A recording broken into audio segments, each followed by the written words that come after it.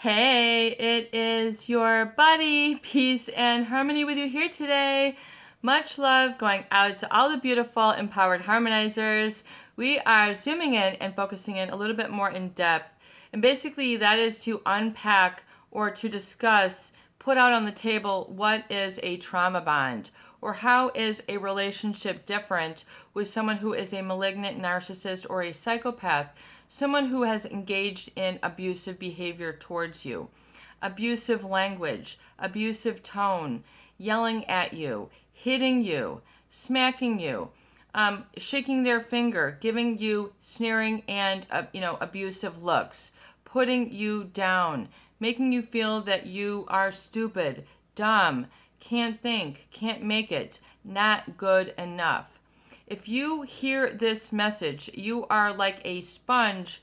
Oftentimes, you are put into a position of being a sponge, which means a lot of vacancy inside, and then you're absorbing the emotional energy, the emotional vibe that is basically absorbed into your I am, your physiology, and your body. It's not like it goes in just one ear and out the other or out the top of your head. Oftentimes, a lot of these statements are taken to heart by those people who love or appreciate a narcissist or a psychopath. Unfortunately, you cannot have a relationship that is free of trauma if with these types of individuals. If you are understanding what malignancy means, we're talking about the pathological. We're talking about too much. We're talking about abnormal psychology, abusive behavior, abusive language, abusive comments, which are hurtful and designed to derail, take down, or throw off center and focus those individuals with whom they wish to send a negative or hurtful message. This is known as abuse. This is known as neglect. This is known as, a very hurtful dynamic, which creates then what is known as a trauma bond. A trauma bond basically occurs when there are cycles of abuse. Cycles of abuse. It's to understand that abuse in these relationships follows cycles. Basically, and it's developed in social theory basically by Lenore Walker in the late 70s, where they talk about the cycles of abuse, where there's a tension, there's an incident, there's a reconciliation, and then there's basically the calm. It follows a cycle of tension and then calm. In other words, something triggers the narcissist, where they feel agitated and then they take it out on you, basically, or you're just in their proximity. You're there to receive their negative looks, their negative language, they're upset. And oftentimes people who have been in a long, standing or ongoing relationship with a narcissist become a codependent, or what Dr. Craig Malkin says of Harvard Medical School isn't you become an echoist. Basically, you just echo the needs, feelings, opinions, desires of the controller, the abuser. And oftentimes this is nothing more than a survival mechanism. And it's basically an automatic process. Just like when you go to the doctor, they hit you under the knee and your knee goes, that they're testing your reflexes. That is an automatic process. Likewise, self-preservation, the fight or flight, you have to then to survive, to live, to exist. If you are in close proximity, either in a work environment, a community environment, a family environment, a marriage, what have you, you are what I call is in close proximity. So in other words, in order to survive, in order to make it, it's more than compromise or meeting in the middle.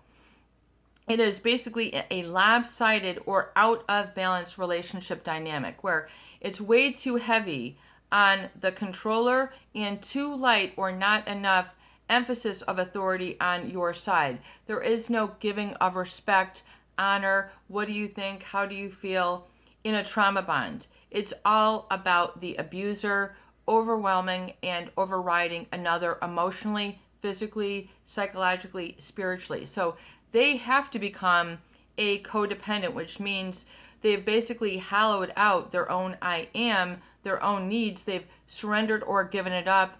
Almost what oftentimes I think for a lot of codependents, which becomes an altruistic move. In other words, it becomes a higher order value. Like the Mother Teresa, all about helping the poor and the impoverished. So, the individual then it just becomes an automatic process.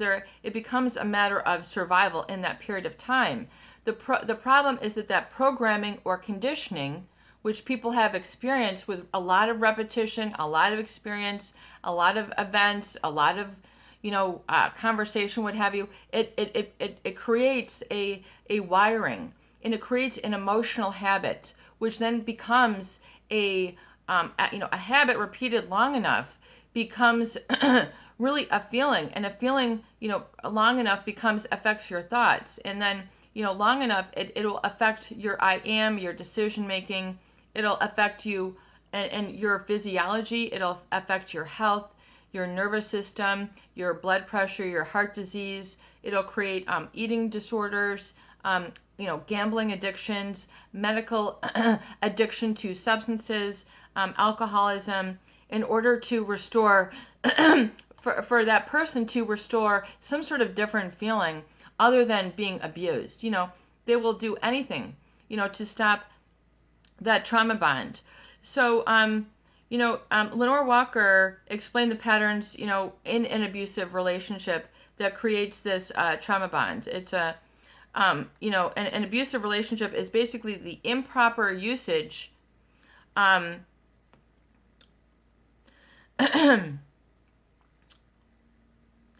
Abuse is the improper usage or treatment of a thing, often to unfairly or improperly gain benefit. So the easy way out, physical, verbal maltreatment, injury, unjust practices, aggression. So you have to understand, that it causes pain. And that this is an emotional pain, oftentimes which then can be repressed or pushed down. So people don't realize that they are repressing these and storing it in the back of their mind because, once again, it is an automatic process. So you have to be able to unpack the automatic process. You have to be able to get it all out on the table and go A, B, C, etc. So the tension will build for a narcissist oftentimes if they don't feel that people are doing what they want. A narcissist is oftentimes there is not a lot of cooperation with a narcissist. It's their way or the highway. This is, my piano. This is my this. This is my that. This is my, and so they don't see, or have a balance of allowing. There is a sort of a controlling of the flow of feelings. There's a controlling of the flow of information, control of the flow of opportunity, and then a control of the methodology of reflection. And this breaks people down inside. They are not able to be released from a trauma bond because it has such a stranglehold on them, especially if it's been rehearsed and rememorized for so long. That is what all the body is knowing. That is what all the body is doing, and that is the decision making and how one spends their day, their hour, their week, their moments, and what they are pursuing, what they follow, what they are going for, what they're, scheduling into their day, and how they live their life. And ultimately, I think where people experience the full spectrum of your emotions. It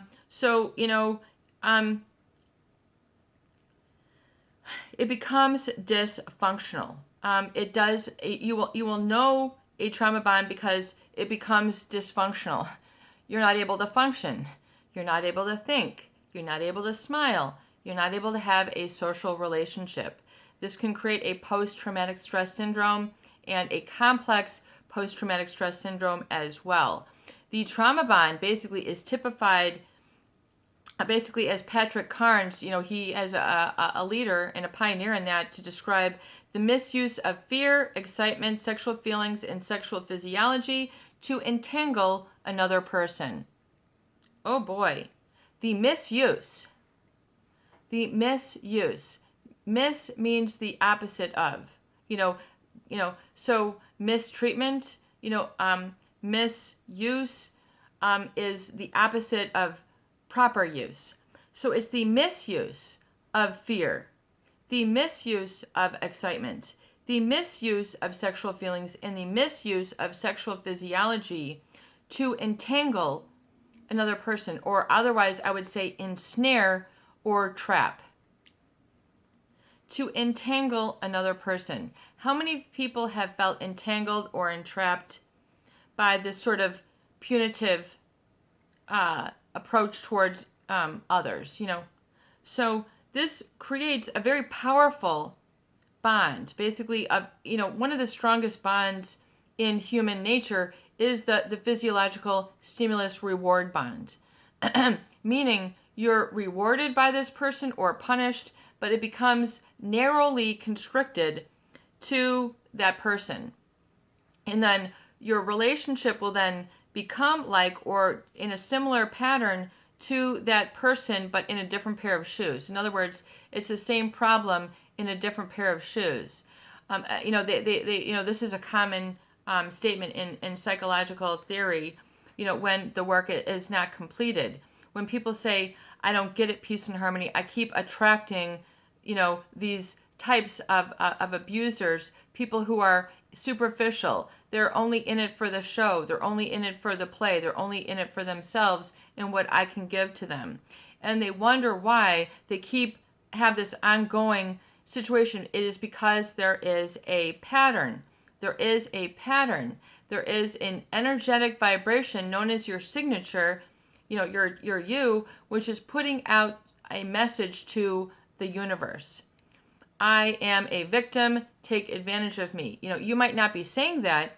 You might not have them written on your forehead, but it is in your body carriage, where you're sending it out. This becomes a people pleaser mentality, those people who have been trauma bonded. And it's very important that you realize that, do you want to be forever trapped? Do you want to be feeling ensnared? Is that a yes or a no? Oftentimes, if people have been in an abusive relationship long enough, they have given up, and they, if they are trapped, they have learned helplessness. They are giving up their own cause. They're giving up their own good fight. They're giving up their journey, and it becomes, basically they are settling. They are not seeing that they have a personal power to extricate or remove themselves or undo the trap or undo the tangle that they have been caught up in by this misuse of fear, excitement, etc. To entangle another person. Basically, it can, for a lot of people who have experienced, sort of emotional issues, pathological lying, I have been in relationships with people who have, double and triple lives. This might be a committed relationship for you. You might be married to this individual, and, the psychopath, they might have a number of different relationships going on, which have no bearing and no connection to, the relationship with their significant others. If you've ever seen this in a psychopath, it's very odd, because the problem is that the personas that they develop are oftentimes in a direct opposition or conflict to the persona that they have otherwise. For example, they might be a specific person at work, and they might also then communicate with a competitor. There's a conflict of interest. They might appear to be very, based on Greenpeace or, for the environment. And then next thing you know, they've got another political hat that they wear, and they're very different, completely different than the person that they are in their marriage or whoever they were in their Greenpeace group. And this can, have many, many levels. If you've ever witnessed it, it's very strange. The psychopath can pick up just sort of a didactic very quickly. So even if they're not a political expert, they can absorb things very quickly, and they don't really understand what it means. They don't have that abstract thought, and so they don't really resonate with like fear, love, humanity, brotherhood, patriotism, the abstract. They don't have that, so they have to fill it in with something else, and oftentimes they have created a lot of trauma bonds to entangle or ensnare. So you have to break this cycle. But the problem is that people who, I feel, if they have been in a trauma bond or it's gone unresolved for a long period of time, they attract these types of relationships because this is just automatic. It's normal. They fit the role. In other words, if you've always been a secretary and an opening comes up for a secretary, you're like, I'm a secretary. I can do this very well. It's the same thing in a trauma bond relationship. I've been trauma bonded, traumatized. And then you will continue to attract people who continue that trauma in your life until it's settled, resolved, and you no longer want to be in that trap. But some people feel very comfortable in the trap. They don't want to speak up. Their silence is acceptance. And that's their decision. That is their right. That is their choice. But you, listening to the video, in the privacy of this video, to what degree do you want to be liberated, or to what degree do you want to be ensnared? To what degree do you want to break the cycle and realize that you are good enough? You can be trusted. You are coming from a real, authentic, genuine place, and how you have felt or been treated, it might have been disempowering or damaging. If this is the case, it's important to accept that and own that. This has been a mistreatment, and so it is. Release and let go of this abuser. Don't hold them accountable because you can't have closure with them. They don't feel that they have done anything wrong. So especially the psychopath, they don't have empathy. The narcissist, they don't have empathy. Meaning they don't have the inability to sort of understand that people have other feelings. They might give lip service to it. The narcissist or the psychopath will definitely mimic. They will mimic what they've heard, not what they have felt. So that's where it's really strange, because it's a very cerebral statement. It's not something that they have lived, experienced, and can share from that level. It is just a lip service. Because they don't experience these emotional states. They like to have control over others, and the problem is that they also derive pleasure when others are in pain. This is part of the very problematic dynamic with it. They take a degree of satisfaction, and it's like a big reward to them. The psychopath, the dopamine neurochemical is really that reward chemical where you did something that you feel good about, and you feel rewarded. Maybe you just got a nice meal. There's other, digestive chemicals going in as well, but that reward, you just got a new car that you really love, or something that you've wanted for a long period of time. You just got a motorcycle. You just got a personal library started. You just got, a therapist to assist you, or you might feel this reward. Do you understand? It's called a dopamine. It's the reward neurochemical, and psychopaths are 5 times more sensitive to this neurochemical. So they're on a blazing trail. They don't think that they have done anything wrong. So they're going to be how they're going to be, and so it is. But just be willing to have the courage to break free of this cycle, break free of this trauma bond. And be willing to allow, and learning and understanding is a key concept to releasing that. So understand that you are good enough. You do not have to continue to appease or pacify or please this abuser to be strong enough. Oftentimes people are deluded into that fact because that's what the narcissist or the psychopath would lead them to believe.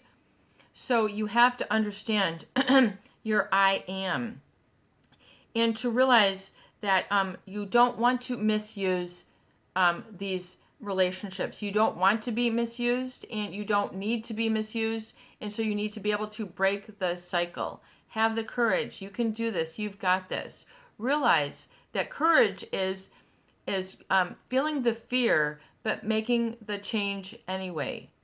Courage, and it doesn't mean you go, crazy, and do something stupid, rash that's going to hurt you, but be willing to understand what the trauma bond is and its effect or influence or experience in your life, and understand that it's not cool, good, or beneficial to be misused in these situations, and that you can break free. You have permission to break free and release yourself from that entrapment. And if you can hold your space, which means hold your I am, and allow that to exist and understand the difference between when you're in your I am and you're accepted and appreciated and listened to. You might only be the only person listening to yourself, or if you're lucky, you've got another good friend,